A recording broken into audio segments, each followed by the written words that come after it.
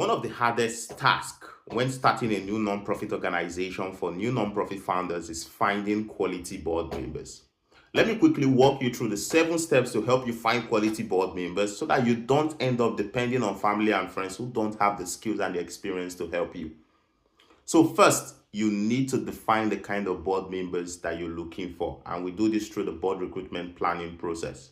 You have to determine the skills, the expertise, the core values you want them to hold, including where to find them, the resources you need to find them.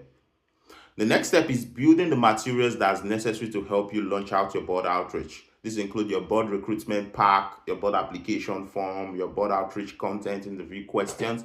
All that has to be created before you even go out there. It shows your organization is organized and credible.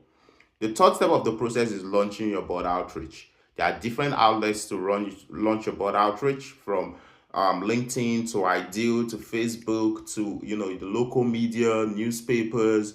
Depending on where your board members or the kind of board members you're seeking actually congregate.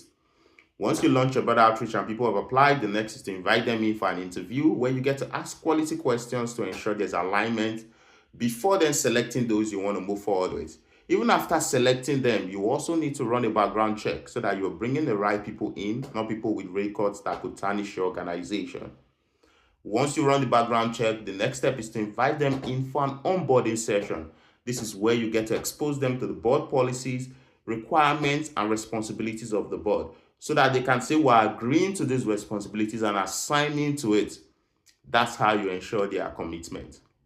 Once you onboard them, the next step is to introduce them to the rest of the board members so that they know themselves, they know their skills, they know their experiences, and then they can know who to turn to when they need any sort of support.